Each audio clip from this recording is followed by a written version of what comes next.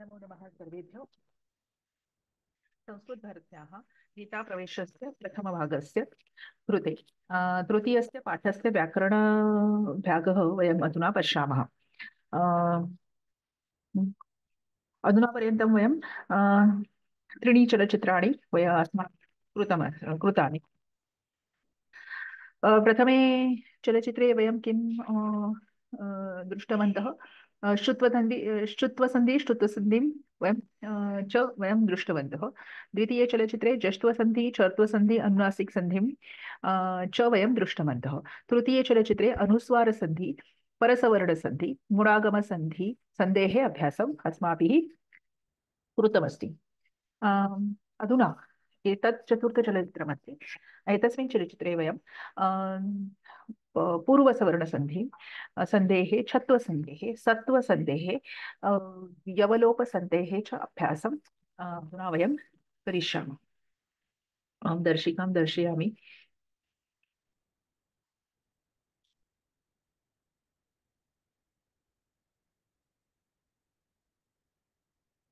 एकनिमिषम्। हा। पृष्ठक्रमाङ्कः अस्ति चत्वारिंशत्। तृतीयः पाठः अस्ति।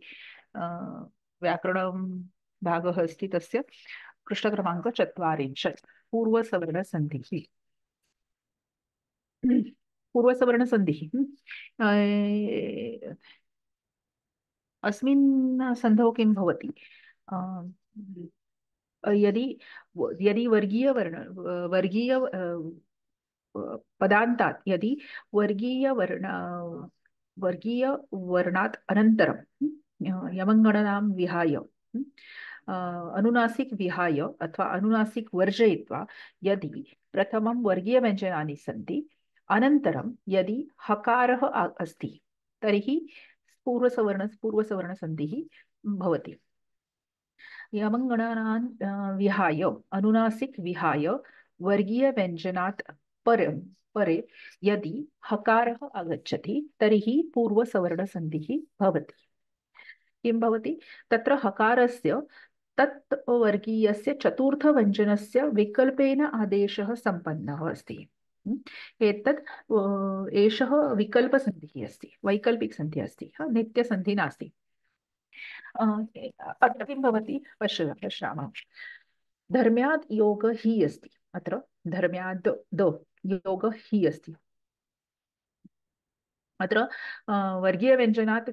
वर्गीयव्यञ्जनानि सन्ति किन्तु प्रायः तृतीयव्यञ्जनाः सन्ति। जश् प्रत्याहारस्य व्यञ्जनाः सन्ति जपगडदश्।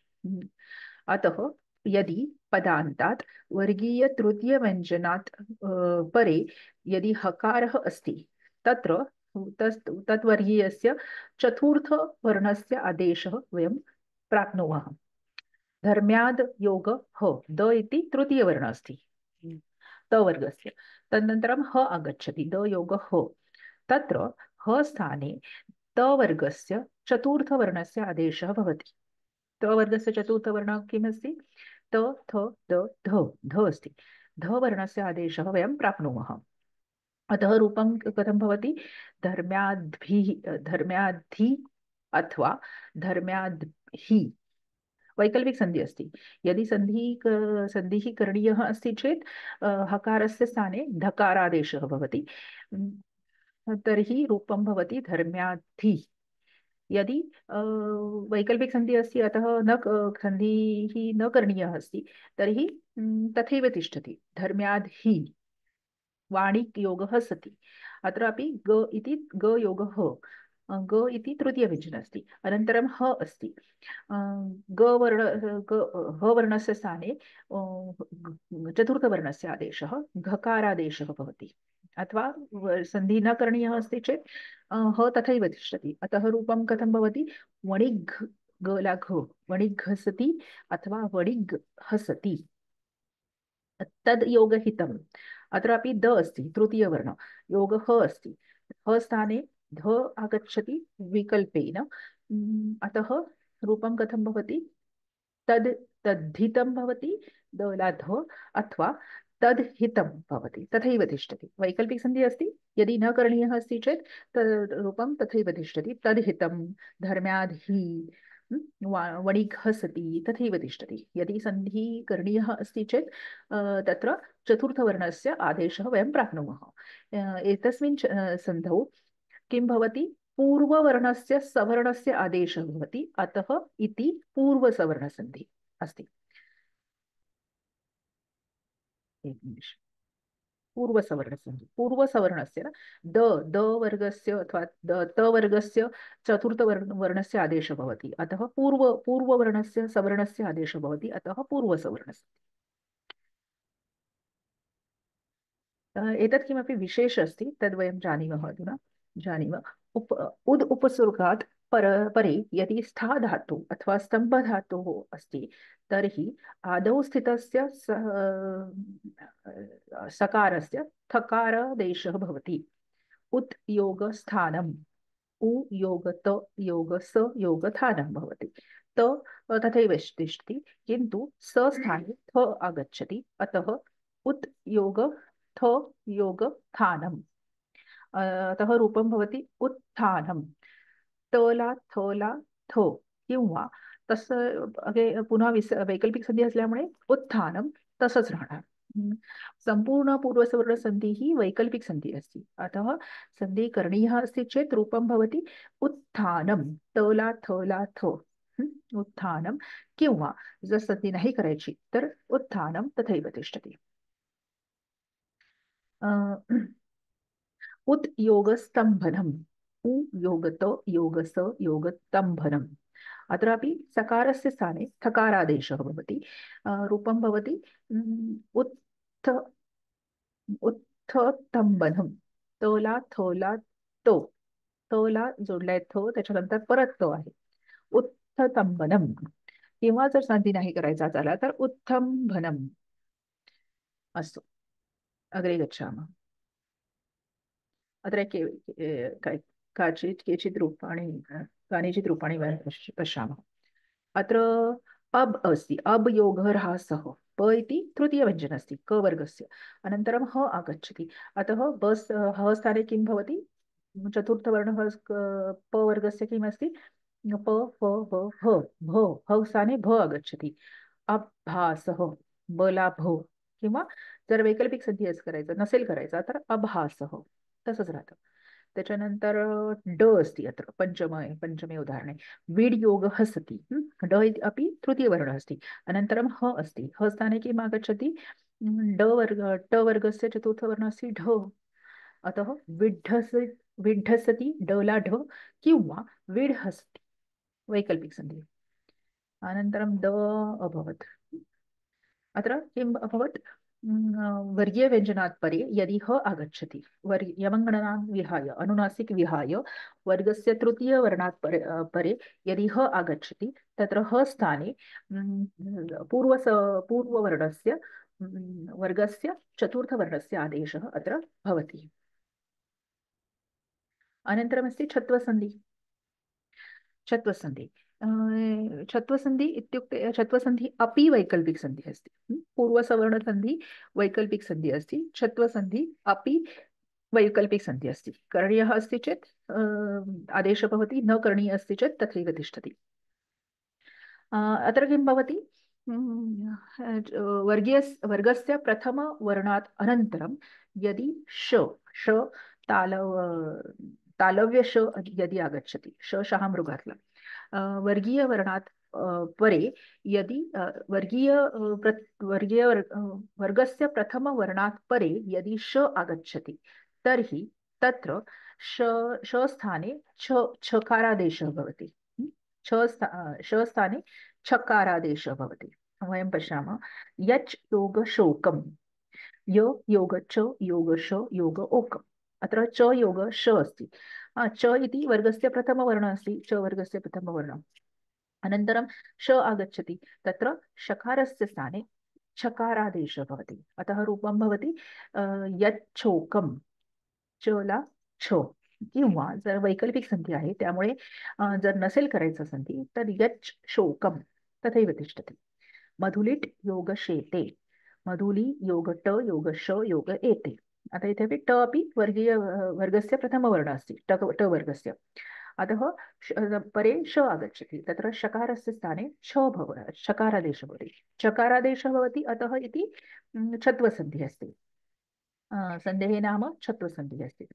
अतः मधुलिट् योग छ योग एते, मधुलिट् छेते, अथवा सन्धि न करणीया अस्ति चेत्, वैकल्पिक सन्धिः अस्ति चेत् मधुलिट् शेते। वाक् योग शरः, क क वर्गस्य प्रथमवर्णः अस्ति, क योग श अस्ति। अत्र शकारस्य स्थाने छकारादेशः भवति, क योग छ श अस्ति। वाक् क्षरः भवति, अन्यथा वाक् शरः भवति न करणीयः अस्ति चेत्। किं भवति अत्र?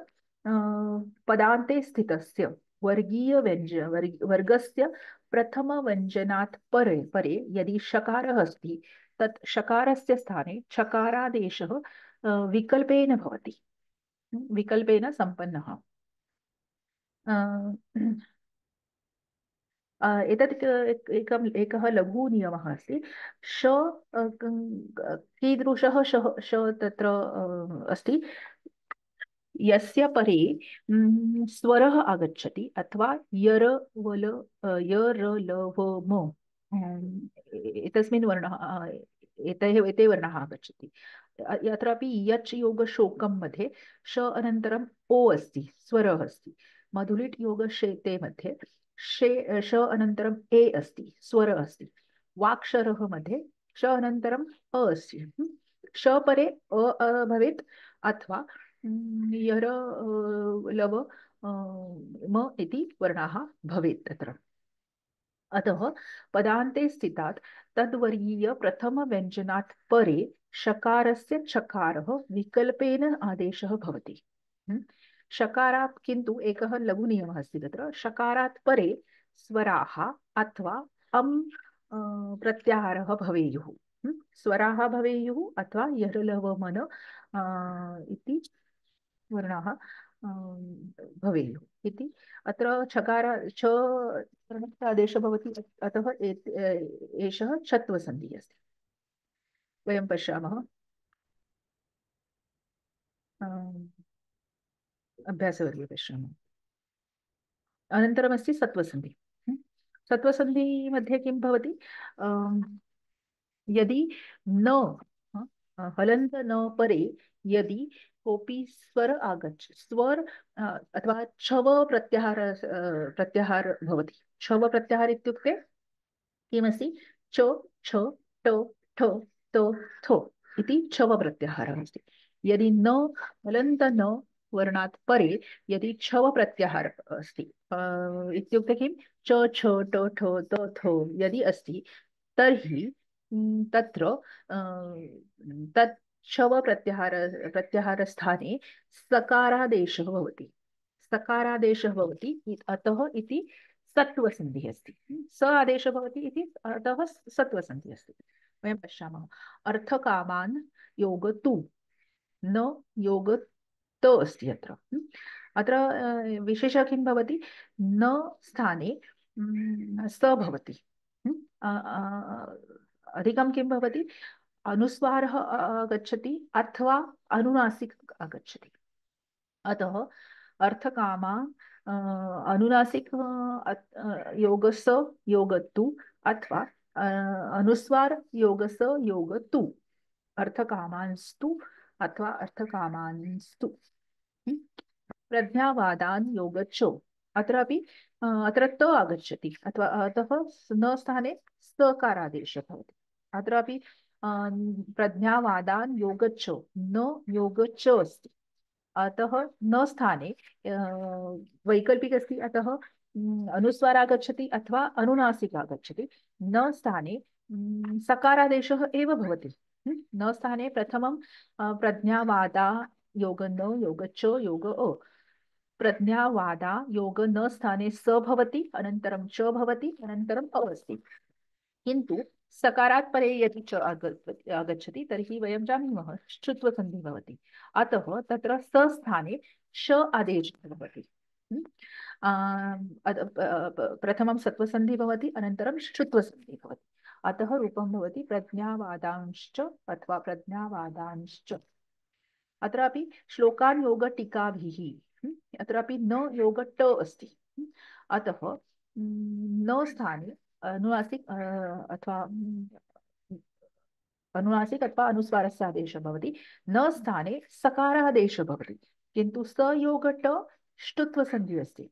सकारस्य स्थाने ष मूर्धन्य ष भवति। अतः प्रथमं सत्वसन्धि अनन्तरं ष्टुत्वसन्धि कृत्वा रूपं भवति श्लोकांष्टिभिः काभिः श्लोकांष्टिकाभिः। अस्तु, अतः वयं किं वक्तुं शक्नुमः? नकारात् परे यदि च छ आगच्छति तर्हि तस्य तत्र नकारस्य स्थाने शकारादेशः भवति।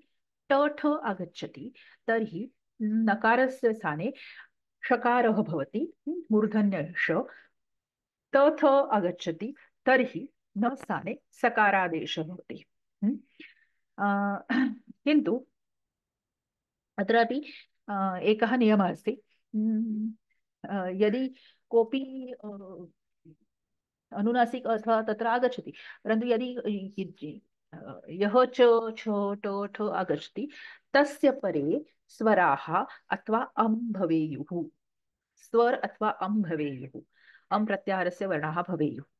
च टिकाभिः अत्र अनन्तरं स्वरः भवेयुः अथवा यरवल यरलवमन भवेयुः, एते वर्णाः भवेयुः।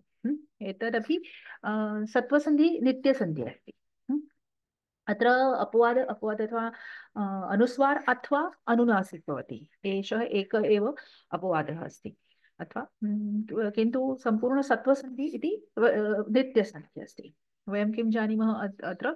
यदि न वर्णात् परे यदि च छ आगच्छति तर्हि न स्थाने शकारादेशः भवति, श तालव्यश। अनन्तरं यदि न वर्णात् परे यदि ट ठ आगच्छति तर्हि प्रथमं सत्वसन्धि अनन्तरं ष्टुत्वसन्धि भवति, अतः न स्थाने षकारादेशः भवति मूर्धन्यश। अनन्तरं यदि न वर्णात् परे यदि स त थ आगच्छति तर्हि न वर्णस्य स्थाने सकारादेशः भवति। च छ ट ठ आगच्छति चेत् अपि प्रथमं सकारादेश एव भवति, अनन्तरं ष्टुत्व अथवा ष्टुत्व भवति, अतः सवर्णस्य आदेशः भवति, अतः इति सत्वसन्धिः अस्ति। अनन्तरम् अस्ति यवलोपसन्धिः। यवलोपसन्धिः नित्यपि अस्ति, यवलोपसन्धिः वैकल्पिक अपि अस्ति। कदा नित्य अस्ति, कदा वैकल्पिक अस्ति? यदि परे स्वरः अस्ति चेत् नंतरचा वर्णाचा स्वर असेल तर वैकल्पिक संधी भवति, किंतु नंतरचा स्वर किंवा परे यदि व्यंजनः अस्ति तर्हि तत् नित्यसन्धिः भवति। प्रथमं वयं जानीमः यवलोपसन्धिः इत्युक्ते किमस्ति। यवलोपसन्धिः इत्युक्ते किमस्ति?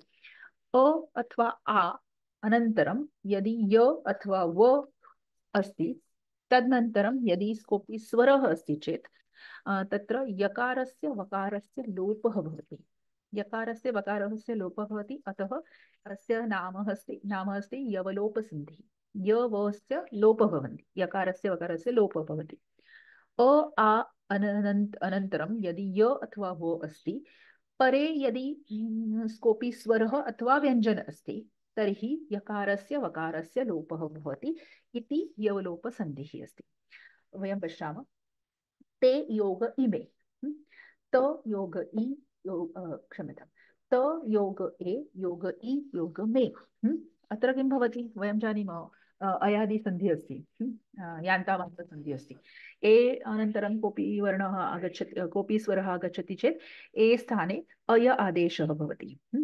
अत्र किं भवति? त योग अय योग इ योग मे, यान्तावान्तसन्धिः अथवा अयादिसन्धिः। अत्र अय अस्ति, अ अनन्तरं य अस्ति, अतः यकारस्य लोपः भवति। यदि परे स्वर अस्ति चेत् विकल्पेन भवति, यदि परे व्यञ्जन अस्ति चेत् नित्य भवति। त योग अय योग इ योग मे अस्ति, यकारस्य लोपः भूत्वा त योग अ योग इ योग मे भवति। अतः त इमे भवति। एकः महत्त्वपूर्णः नियमः अस्ति अत्र, यवलोप भूत्वा अनन्तरं कोऽपि सन्धिः न भवति। अत्र अयोग इ गुणसन्धिः भवेत् तत्र, किन्तु कोऽपि सन्धिः तत्र न भवति। रूपः भवति त योग इम् त इमे। यदि स्वरः परे अस्ति चेत् तस्य वैकल्पिक सन्धिः अस्ति, अतः द्वितीयरूपं सन्धिः न करणीयः अस्ति चेत् तैमे इति रूपं भवति। अनन्तरं तस्मै योग एतत्, तस्म योग ऐ योग ए योग तत्। अत्र यान्तावान्तसन्धि भूत्वा तत्र आय आदेशः वयं प्राप्नुमः, तस्म योग आय योग ए योग तत्। अतः आ अस्ति, अनन्तरं य अस्ति, यकार अनन्तरं स्वर अस्ति, ए इति स्वर अस्ति। अतः यकारस्य लोपः भवति, आ तथैव तिष्ठति। तस्म योग आ योग ए योग तत्, तस्मा एतत्। अत्रापि आयोग ए गुणसन्धिः भवेत्, किन्तु अत्र यवलोपसन्धेः नियमः अस्ति। यकारस्य लोप भूत्वा तत्र गुणसन्धिः अथवा कोऽपि अन्यसन्धिः न भवति, तथैव तिष्ठति। तस्मात् एतत्। यदि स्वरः परे अस्ति चेत् एतत् इति ए इति स्वरः अस्ति, अतः एषः वैकल्पिक सन्धिः अस्ति। सन्धिः न करणीयः अस्ति चेत् तस्मा एतत्। स्वरः परे अस्ति चेत् वैकल्पिक सन्धिः भवति, किन्तु व्यञ्जनपरे अस्ति चेत् नित्यसन्धिः भवति। कथं भवति पश्यामः। अत्र पुरुषाय योग गच्छन्ति। पुरुषाय अत्र आय इति अस्ति एव। आय आ अनन्तरं य अस्ति, अतः यकारस्य लोपः भवति, रूपः भवति पुरुषा योग गच्छन्ति भवति। अतः इति सन्धे, एतस्मिन् सन्धे किं भवति, पदान्ते अ अथवा आ पूर्व यदि य अथवा वा अस्ति, तस्मात् परे यदि कोऽपि स्वरः अस्ति, तत्र यकारस्य वकारस्य लोपः विकल्पेन भवति। स्वरः परे अस्ति चेत् विकल्पेन भवति, व्यञ्जनः परे अस्ति चेत् नित्य भवति।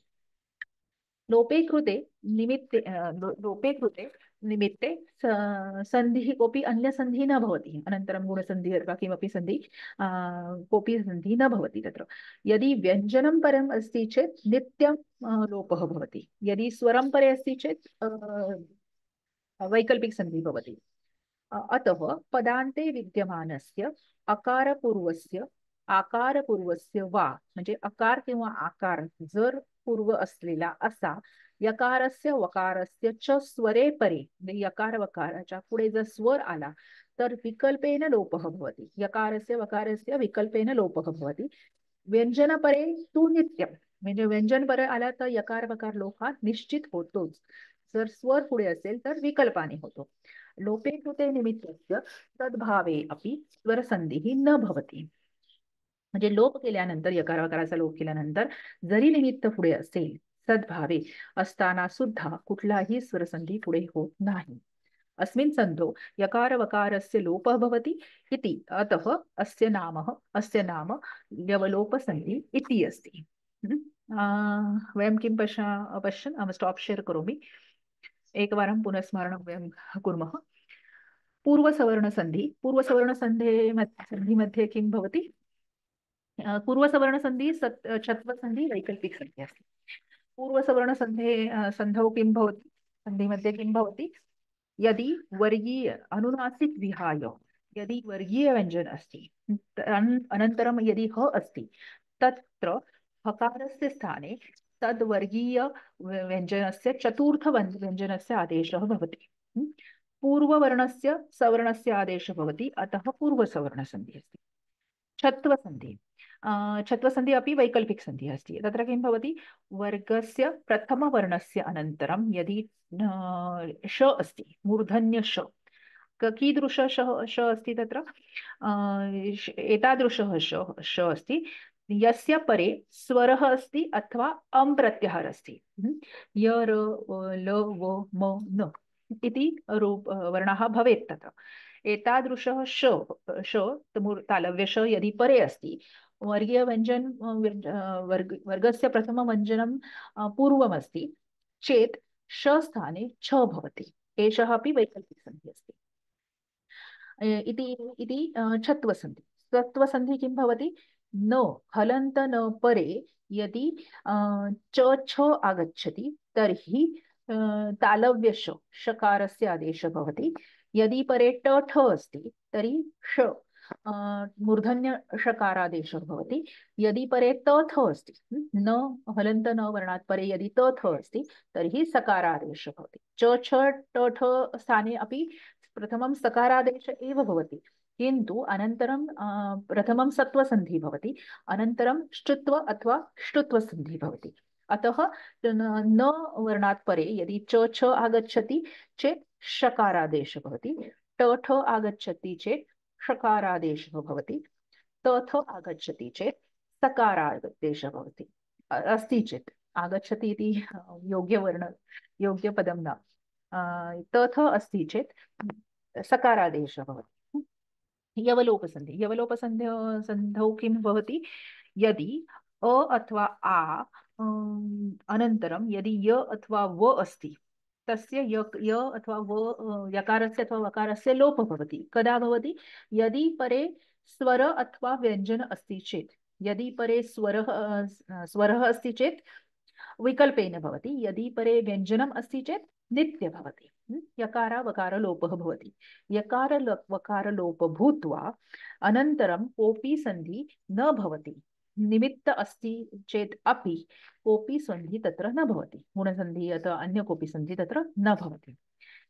एवं प्रकारेण वयं पूर्वसवर्णसन्धिः, छत्वसन्धिः, सत्वसन्धिः, यवलोपसन्धिः वयम् अधुना दृष्टवन्तः। एवं प्रकारेण वयं तृतीय पाठस्य व्याकरणभागस्य अभ्यासं सम्पूर्णं कृतवन्तः। अग्रिमे चलचित्रे वयं चतुर्थपाठस्य अभ्यासम् अस्माभिः करणीयमस्ति। धन्यवादः।